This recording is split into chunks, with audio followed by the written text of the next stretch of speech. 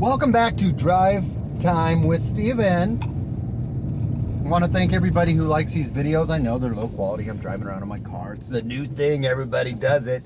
It's just whatever it is. Okay. Quick thought for you today. Agenda 2030, the Great Reset. Think about how all that got spun out. I mean, obviously we have all of our talking points on certain things that created the framework, the groundwork to roll that out. But here's what I want you to think about. All of it was rolled out by a handful of people. Governors, right? Mayors, and handful of politicians and whatnot that backed some of these policies. But the policies and the things that affected us happened at our state levels, with just a few people within the state pulling the strings for everyone else. The lesson I want to pull from this is I don't want to just always talk about the problems. We understand it. Yes, I'm still going to do my videos trying to expose how it's all just a big psyop in so many ways. So many things around us are illusion, designed to seriously confuse us.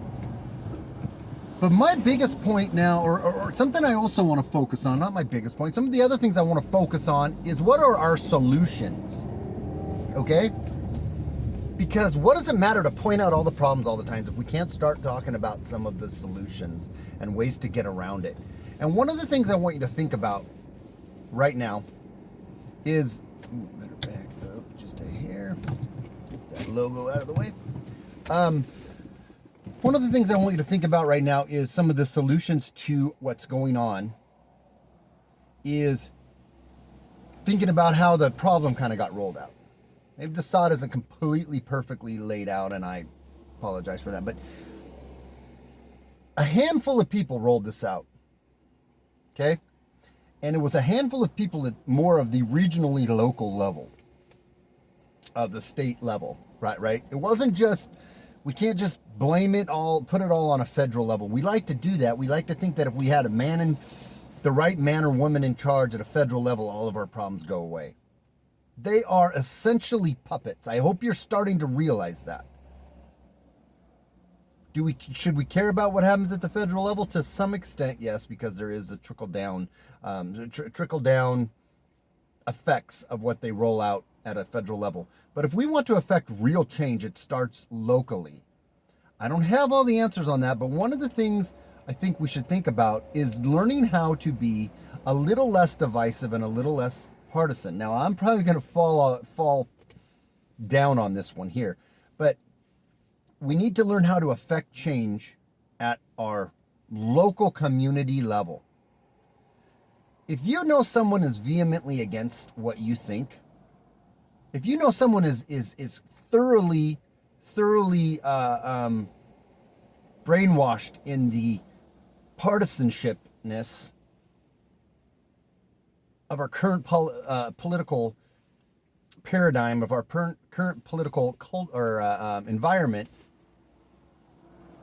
then we should tread a little lightly. Now, what I mean by that is not tread lightly because you sacrifice what you're thinking or what you feel, but you catch more bees with honey than you do vinegar. I think we should all start trying to be a little more cognizant of who's around us and our communication with them. Some people you're going to have kindred spirits with, and you can openly talk and you openly can communicate, and they're going to believe the same way you do about a lot of the things. Other people are going to be definitely like still in the matrix, right? Still believing all of this illusion that's running around us, still believing what the MSN is telling us, still believing what their politicians are telling us, still believing that the man at the very top makes all the decisions, and that's the only one we should focus on. And those are the type of people I think that it's more important, instead of laying out, and I have been so guilty of this. This is something I'm going to try to change too. Oops. We should try to be a little more stealthy with and ask questions and lay out in a more stealthy way things that will make them try to think about their positions and illuminate them on things that just don't make sense. Because what we need is we need a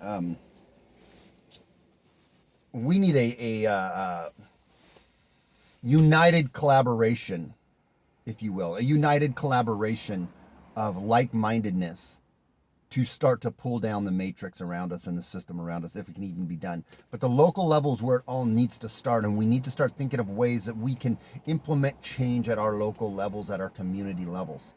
That's what really matters. And I do not have all the answers on this, but I'm trying to now start to sort out some of the solutions. I'm not going to myself be getting so tied up in the daily news headlines that are simply there to divide us and are simply there to enrage us and are simply there to inflame us and simply there to get us distracted.